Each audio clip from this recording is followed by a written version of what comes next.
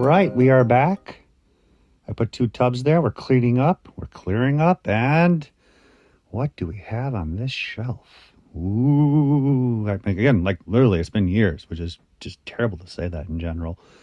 So let's start off with our paint by number. Love the D&D line. This is one of those novelty items that's not easy to come by, let alone still sealed. Produced by Hasbro, nonetheless. Warduke, Skyla, little orc there. Well, imp, whatever you want to go by.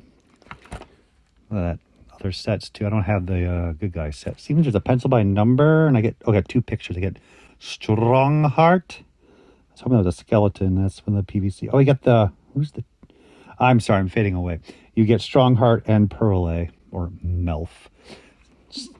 This is, I don't even know what the market runs on these things. When I was picking these things up, you would go to a toy show. You'd be excited to find a novelty item like this. It was, $10 to $15.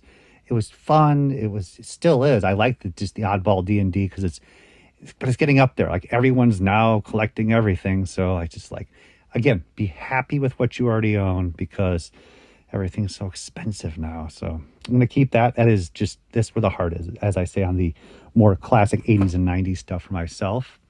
We have G.I. Joe Battlecopter. Oh yeah, dead stock seal. Look at that. $16 written by some sloppy kid handwriting. That is just, and that's the way it was. Like these 90s Joes, they were there. Like you'd have some case finds, but nobody was paying big money for them. You go to the show, this would be $15-20. You pick it up because hey, it's still uncommon to find, but everybody wanted the 80s and 85 Joes, 86 Joes, early Joes. Even in the mid 90s, when I started collecting as a really young kid, you would see original Cobra officers still for $100 each. There was a market already established, but not for these guys. Anything after 86, which still kind of goes to the way it is now, 86, 87 isn't big money. Then it still isn't compared to 85, 84, but there's much more interest in it versus now. So you would pick up you can pick up an Annihilator carded for $20. And again, glory days. We have tucked around the corner, food around the corner, food around the corner, food around the corner for me. So I'd pick up the Pokédex. This is a Sonoa. I'm so sorry. For all the people of Sonoa, I mispronunciated your entire name. All you fictional people, don't get angry with me. Again, the Pokédexes are the morphers for Pokemon. So I was yeah, I'll pick this stuff up. But look how big the package is. It's huge. I'm guessing I got the bonus pack, which is going to be rare, but at this point, nobody cares for Pokemon. No idea on the value of this one. This is the last movie I ever watched. And then I was okay, I can't keep up with the Pokemon now anymore. It's just my brain is full. Part of me wants to keep it, but if this is mega money, which I don't think it is, we'll flip the puppy and call it a day. I need to get those ashes out. I need to sell one of those ashes. That was just dumb. I'm going to sell one of those immediately. Put that down. Okay, so we have Daleon. So this is a much more tougher Godaikin to get. Completely unused. The market flip-flops a lot on this guy. He's in the last from the Godaikin forces. A little bit of tear in the back. I got this when I was 16 at a toy show. It was $35. But I think the market now is by $250, $300, and I like him. He's much more difficult to get. Really cool random spaceship from, I think he's not Saibon VR Troopers. My mind escapes me, but you just don't see him compared. And there have been case finds of a number of the Godaikins. Daleon, they found tons of, not Daleon, the lion guy. Oh my God. It's late at night, guys. Give me a break on this. They've done the tiger in the chest. Tons of him case find. Whole market completely collapsed. He used to be $1,100. Now he's $300. So we have a Toy Biz Sentinel robot. Check that out. This is not the original Toy Biz Sentinel. This is the newer version, which is much more difficult. Updated paint and everything.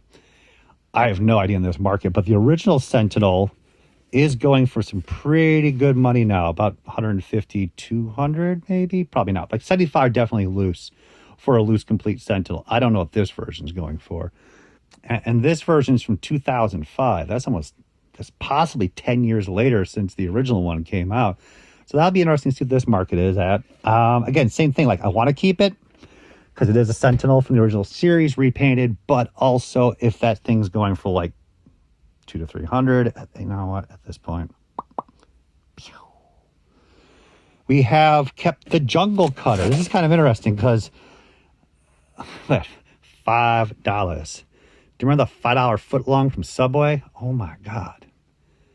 Oh my God. $5. And we already had found another one in another box opening like last week. Not big money, but it's got to go.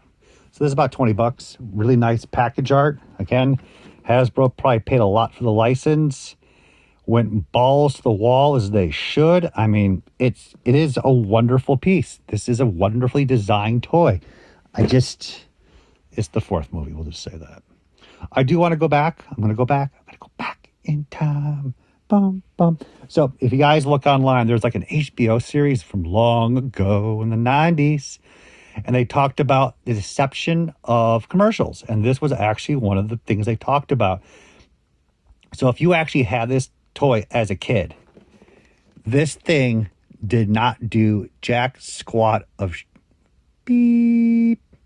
Yeah, Copperth figure really flies. So yeah, it flies like 3 inches and then falls to the ground. The commercial, they actually put motors inside the plastic toys that have them spin and fly on strings. And yeah.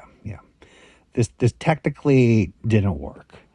And but at least you got a figure, so you can't complain about that, kid. You got a figure.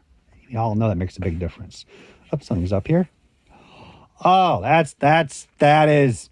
It was just right on top of that. Let's grab the sound wave. Look at that. That is a nice one to pull out. Clean package. Mumra. Oh, my mutt's down there, baby. Show me my mutt. Oh, wow. I have not seen these in so long. You just don't find the stuff at toy shows anymore, period. This stuff is... They also did the Dungeons and Dragons ones, which usually go for good money. About $200 still in the package, but I completely just blanked on Thundercats. It's just been that long, to be honest with you. The core memories have dissipated a little bit. I've turned into dealer mode too long. But my gosh, look at that. That is freaking sweet. I have no idea the value. It's not going anywhere. I'm not going to find that again. And again, back to like the D&D paint puzzle. You're just like, you would go to a toy show, mid-2000s, the guy be like, I got some action figures. I got some novelty stuff. And the action figures where the money was. But he's like, yeah, $20. And you're like, I'll take it. So we have Masterpiece Soundwave, still dead stock sealed. They have reissued Soundwave so many times and so many masterpieces. I have no idea what the market is. And I like the masterpieces. They do such a fantastic job. Not every G1 car really worked out for me. I was a little disappointed in Trax, one of my favorites. But I don't know. I honestly don't know if I should.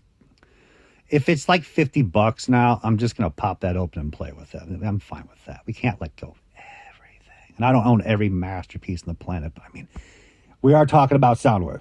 And you get all those cassettes down there. Yeah. Now I'm wondering if you do get the cassettes. It's a Toys R Us exclusive. We'll see in the back. Yeah, you get them all. You get Laserbeak, Buzzsaw, Ravage. Oh, yeah. We should just keep that. We'll just put that to the side. So here we have, tucked away, Sadness. Zeo. So again, like, it's really fascinating that the 8-inch Zeo and later figures are really uncommon to get. But the market just isn't really there, period. So this is a clean package, fully sealed. Paid $12 for it. Market's probably only like $30, $35.